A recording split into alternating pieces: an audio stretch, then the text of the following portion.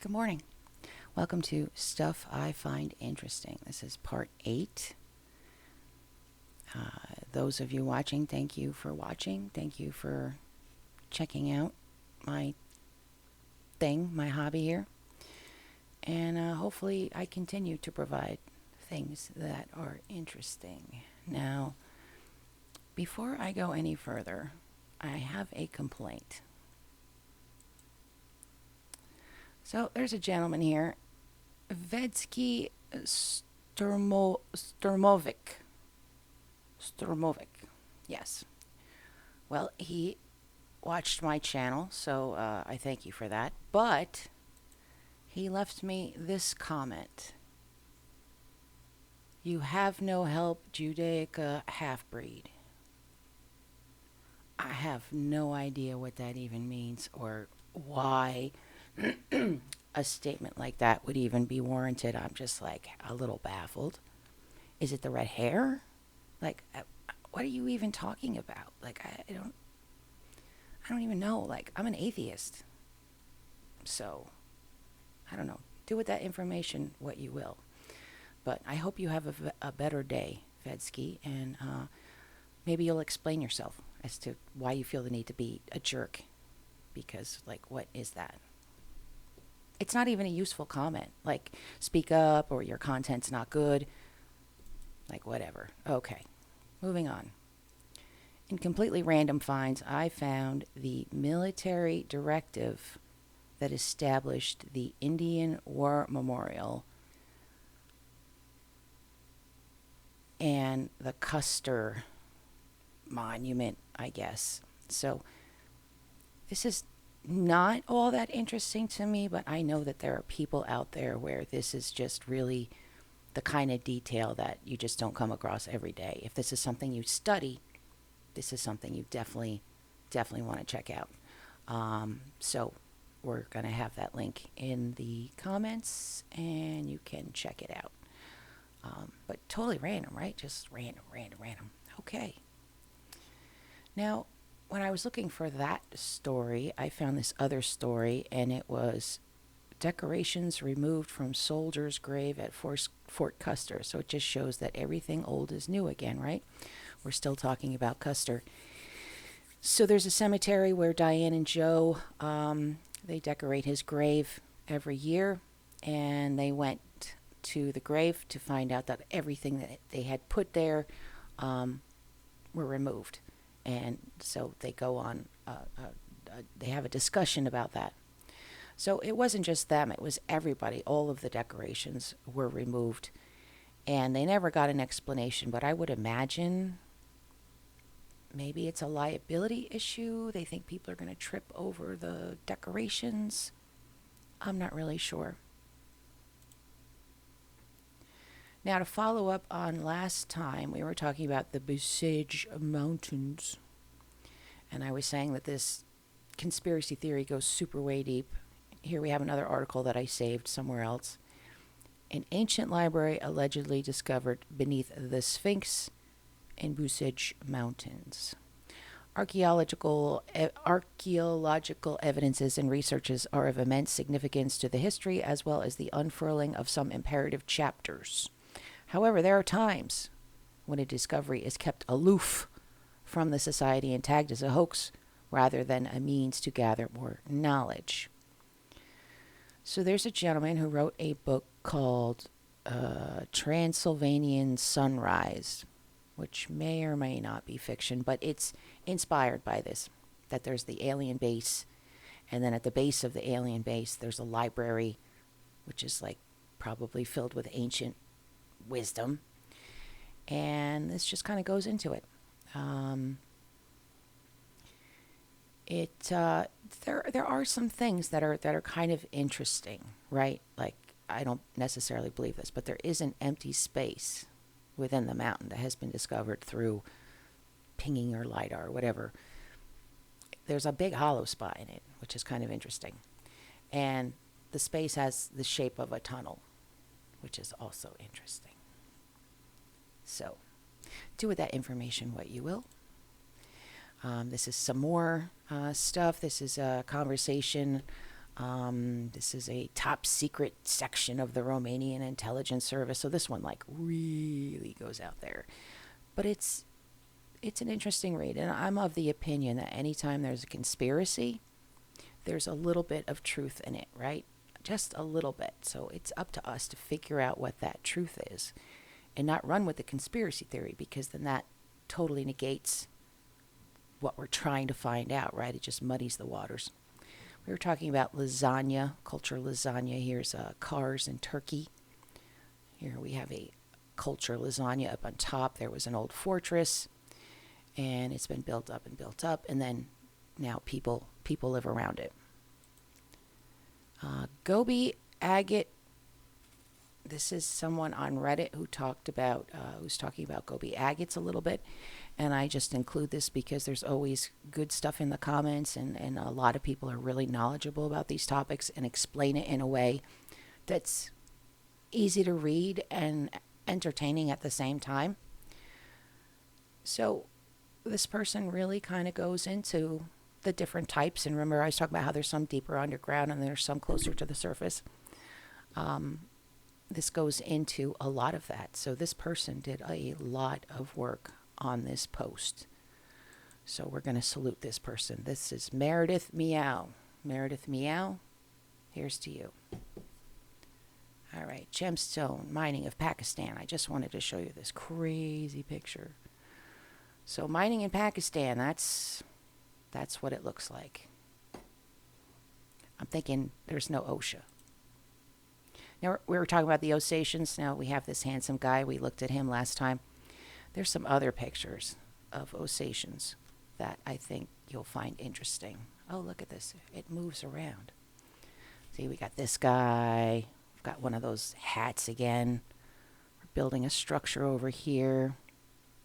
This gentleman's posing for a military photograph. This is an older timey one, but you see they all have this stuff across the front. So I'd imagine that has some sort of significance. Maybe that's not a bandolier. Maybe that is a military thing like epaulettes or something. I don't think there's anything like that. I've never seen anything like that in the United States on a uniform. But it's an interesting detail. So the Osations, if you want to look at some more pictures of the Osations and read about how they shoot things while on a horse. Maybe some of them even live in a yurt, right? We know we love yurts. Okay, now this is about, we were talking about Metropolis last time with the Queen of Mars with the costumes.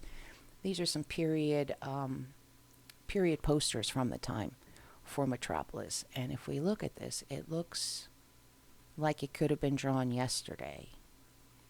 It's very fresh and contemporary looking. This is the poster that we're all, I think, kind of familiar with seeing. I think it's been out there for a while. But again, something that could be, from yesterday. And if we look at this building, we can see, remember that building I was talking about yesterday where I said, imagine I'm walking down the street and I turn the corner and bam, there's this building. I kind of get the same sort of vibe. Here we have an Atlas Shrugged thing kind of going on. I think that was contemporary. Wasn't Ayn Rand contemporary? The Fountainhead, all that stuff. I don't know. I tried to read it. I went through a phase with clove cigarettes and a beret, and I read a lot of I was an idiot. I couldn't get through her books, is the bottom line. More Metropolis. Just fabulous art. One of these is probably going to become my new phone screen. Like that one, right? Another one. They made a lot of posters. I'm not sure which one is my favorite, but you can check it out. I think there's been artistic liberties maybe taken with some of these. I'm not real sure. Okay, we were talking about sewing birds last time, and I said there's probably a collection of sewing birds somewhere. And this is the National Museum of History, and yes, a collection of sewing birds. These are probably from the 1850s-ish. Some of them probably are made of silver. One or two of them might even have a gemstone, some enameling. I would imagine that the more expensive ones are fancier. Now, last time, not last time, but the time before, we were talking about this temple in one of the stands, and I was going on and on about how old it is, right? But look at this. I did not realize that this thing is in front of it. So we have the mausoleum of Khoja Ahmed Yasawi in Turkestan, in Kazakhstan, on the Silk Road, right? And there's this thing in front of it, which is even older than this. If this is from the 1300s, then like when is that from? Interesting to think about. If I said, tell me where you think this is, what would you say?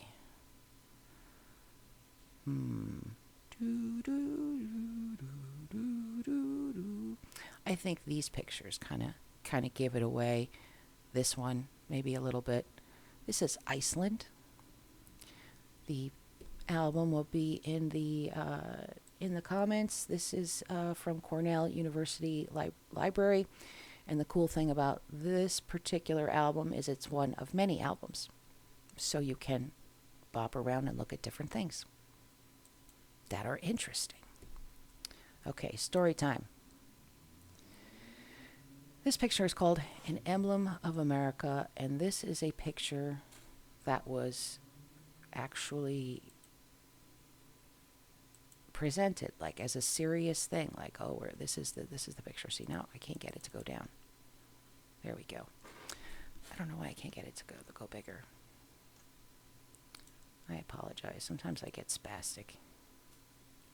It's still early. It's like 7. So anyway, I did not look up the details of this picture, but I don't know, is it just me or is it racist?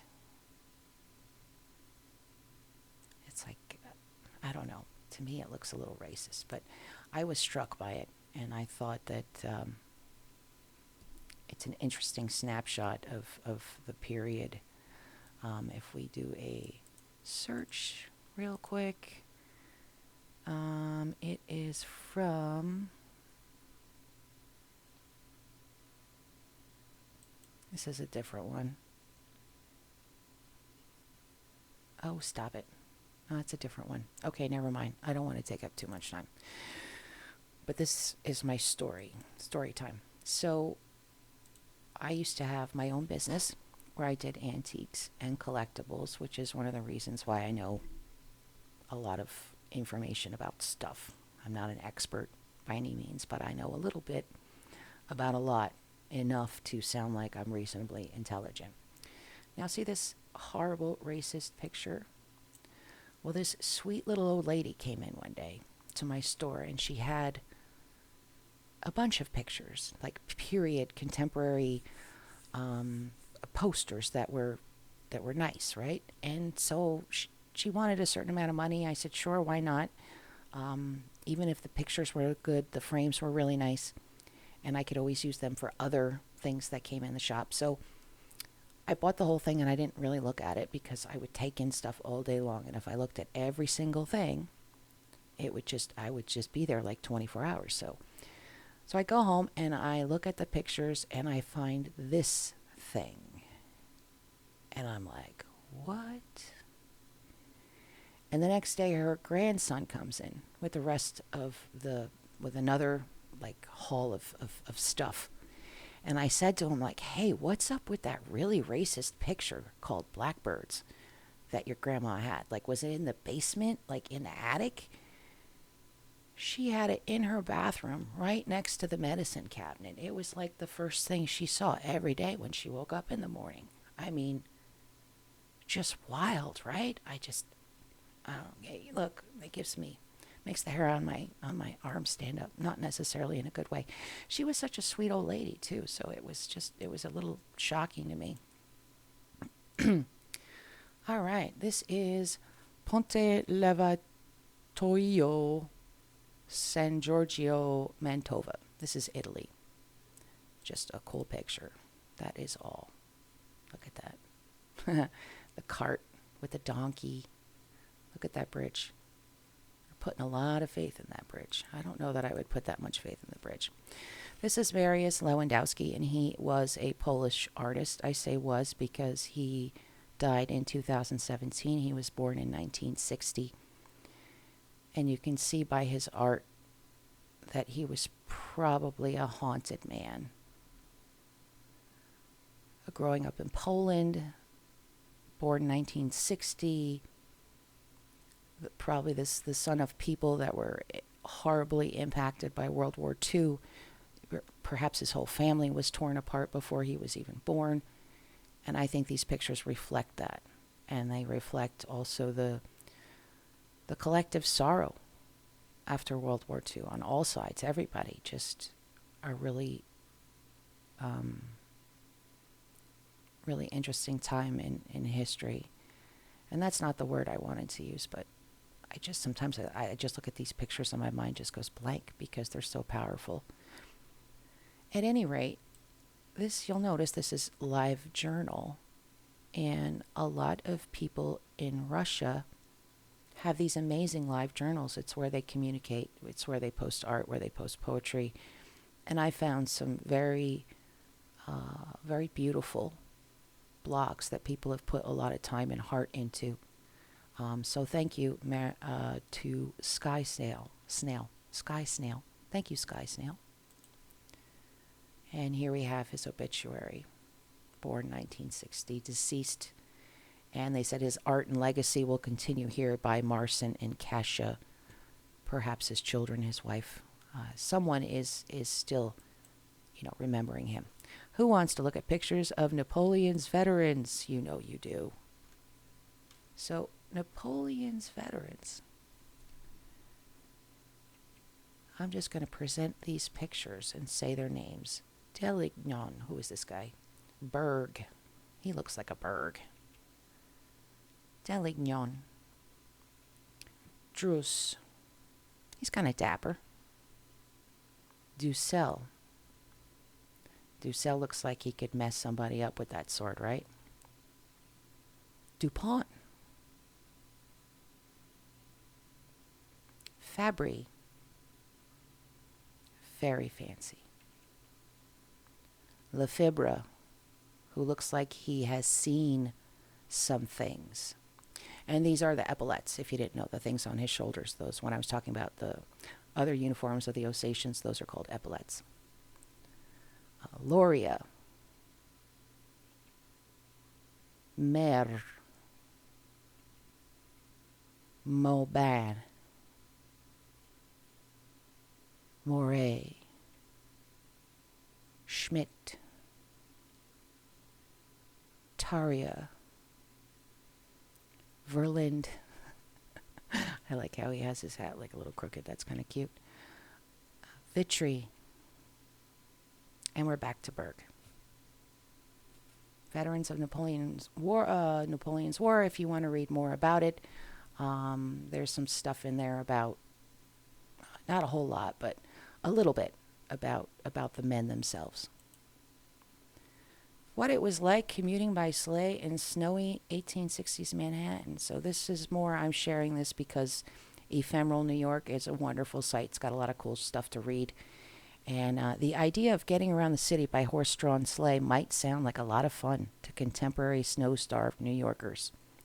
But as this detailed illustration from 1865 shows, sitting in an open-air omnibus as 3 teams of horses round a tight side street covered in snow was probably rather miserable.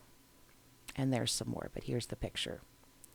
Got the kids on the sleigh, the horses going by, the people this is basically public transportation, the dogs running around. I don't know. I think it looks kind of fun.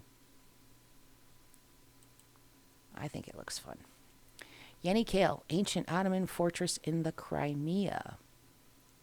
This was built in the 1700s, and in the 1700s, it was extremely important.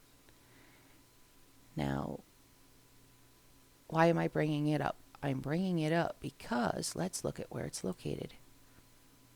So this is Crimea, right? If we look at some of these names, Mariupol, Sevastopol. So this is Crimea. And this is part of the territory that originally belonged to Ukraine. And then Russia in 2014 came in, took it, some of it, and now there's still obviously a conflict going on. But if we look at where it is, it's like right on the edge. Right on the edge. And actually, in this particular map, it's showing it as being in...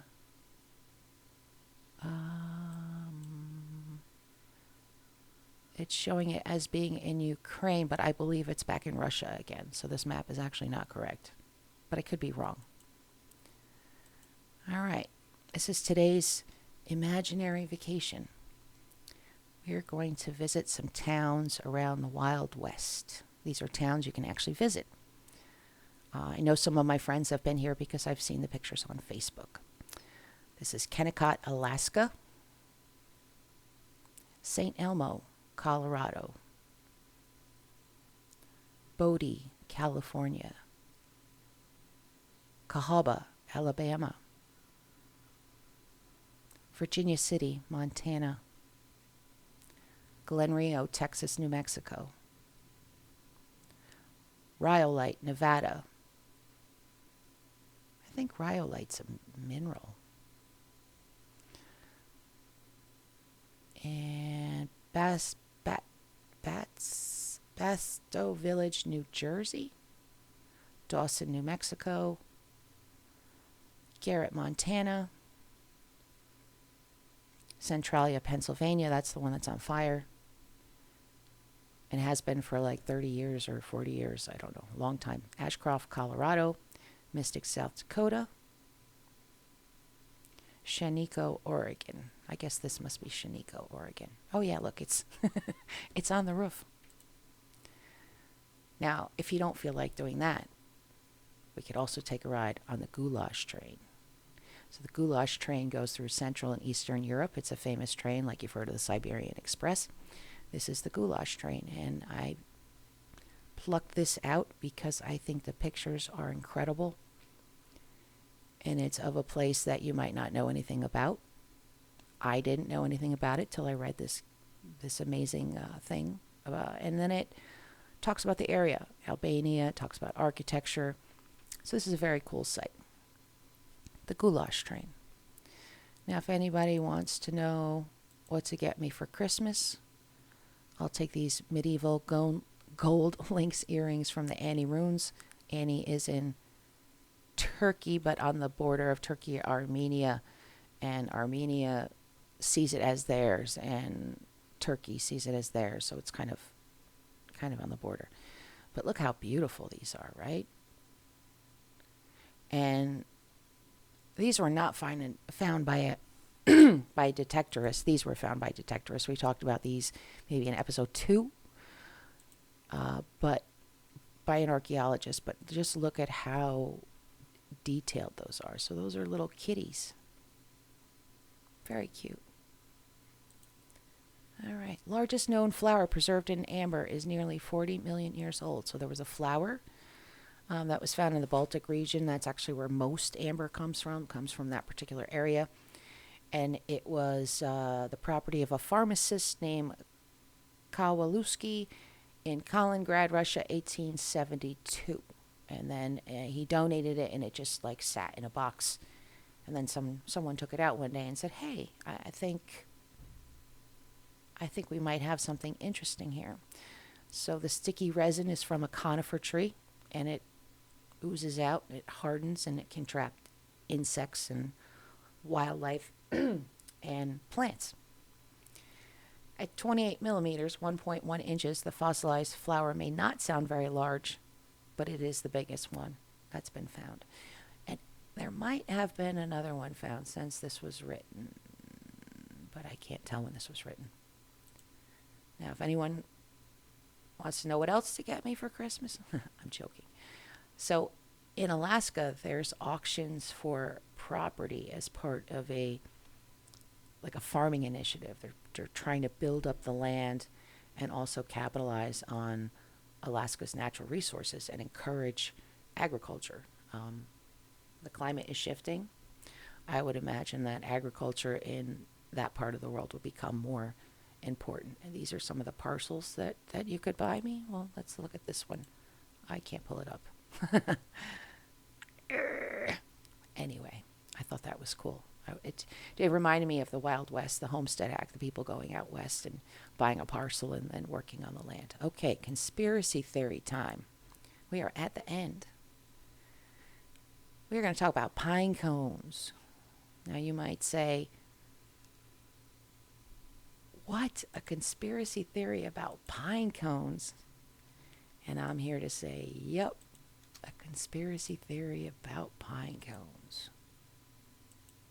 So this is a speculum romane magnificentia. Wow, I'm just all over the place today. I'm sorry.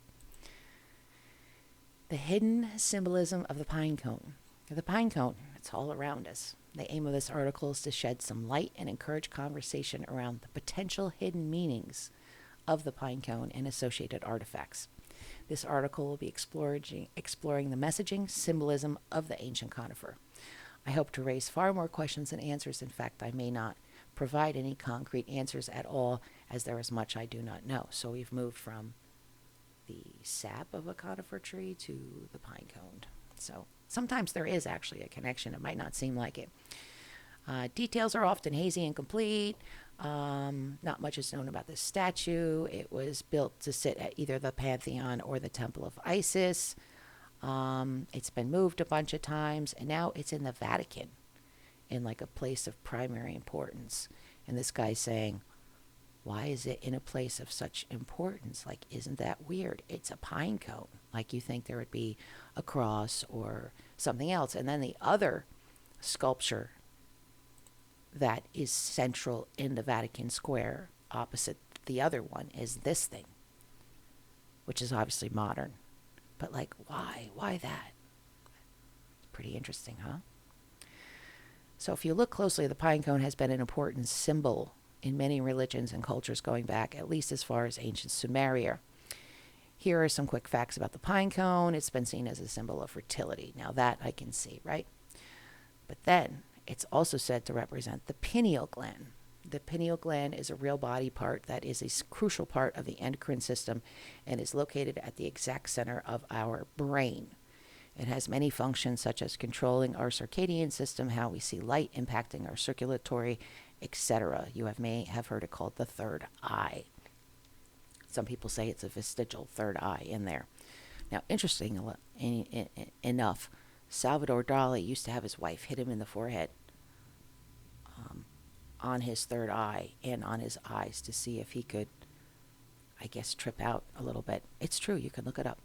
So here we have some pine cone stuff in history. We got pine cone temple. We got this bird dude with a pine cone and the purse. The purse is a whole other thing. What are they carrying in the purse? This is a pine cone-esque thing at the top. That guy has a pine cone right where his pineal gland would be. We have more pine cone stuff. Pine cone. This is the Pope holding, or maybe not the Pope, maybe a cardinal, holding a religious staff that has a pine cone on it. Oh, here is the Pope with the pine cone. Assyrian gods holding pine cones, a staff of Dionysius with a pine cone, staff of Bacchus with a pine cone. So we can look at it some more. Now, the part that I do kind of think when it comes to the pine cone is I think it's like a sacred geometry thing, right? Like the pine cone has the Fibonacci sequence, which is a mathematical pattern that is ingrained in nature. Like our bodies even have a Fibonacci sequence, provided we develop properly in the womb and emerge normally. And by that I mean like our fingers are a certain distance when compared with this, it's all connected. And flowers have a Fibonacci spiral. The way my cat lays, she's got a little Fibonacci spiral going on. But it's also known as the golden spiral, the golden ratio, or the geometric shape of life. The Fibonacci sequence is seen throughout nature, from the pine cone to the sunflower to hurricanes to galaxies and to waves. And here we have the mathematical expression of the Fibonacci with some examples like the Nautilus shell, the galaxy, the helix of a DNA. Here's a hurricane. The best thing about all of this is there are multiple rabbit holes just within this one rabbit hole, and we may never find the true answer. of something like the hidden symbolism of the pine cone. I just hope to invoke new curiosity in someone else. And Chad Hartsfield, thank you, Chad. I enjoyed reading that article. I thought it was really good. Now this goes more into the third eye, but I saved it because I wanted to show you where it's actually located. So it's in here. So you have the frontal lobe, and then it's nestled within that. So this is just some more stuff that you can read on your own time. Check it out. See what you think. See if you have an opinion about the pine cone. And you can activate your pineal gland if you so desire by listening to this at 963 hertz. So there's a theory that sounds can affect our brains. And I believe that to be true. I went to a sound retreat once, and it was interesting. This has how to open it. What does it do? I just include it. This is like the new age type thing, just so that you are, aware. Now let's just see if our friend responded to me, because he was very rude. Oh no. Oh, maybe I misinterpreted that. I think I might have upset him. Okay, well, I'll go figure that out. So, hopefully I didn't insult you by thinking you insulted me. Okay. Anyhow, I hope everybody's having a good day. I hope everybody had a good Monday. My Monday was kind of a complete wash. I'm hoping today will be a little bit better. And with that, I will say goodbye.